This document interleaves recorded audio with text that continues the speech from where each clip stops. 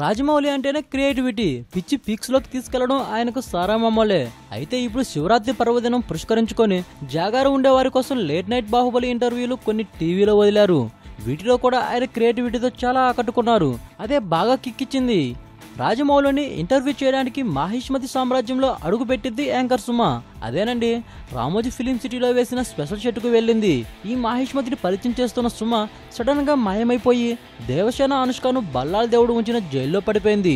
అక్కడి నుండి బయటకు తీయమని అటుగా వచ్చిన రాజమౌళిని వేడుకుంటే ఆయనేమో మా ఆడియో ఫంక్షన్ లాంచ్ చేయడానికి మీ డేట్ కన్ఫర్మ్ చేసి రెమ్యునరేషన్ తీసుకోకుండా హోస్టింగ్ చేయడానికి ఒప్పుకుంటేనే బయటికి రప్పిస్తా అన్నాడు. పాపం సుమ వెంటనే ఒప్పేసుకుంది. జైల్లో నుండి బయటకు వచ్చింది.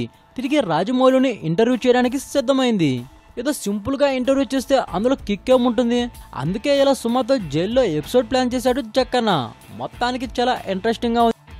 ఈ వీడియోపై మీ విలువైన కామెంట్స్ ని మాతో షేర్ చేసుకోండి. అండ్ ఇంకో విషయం, సబ్స్క్రైబ్ చేయడం మర్చిపోకండి.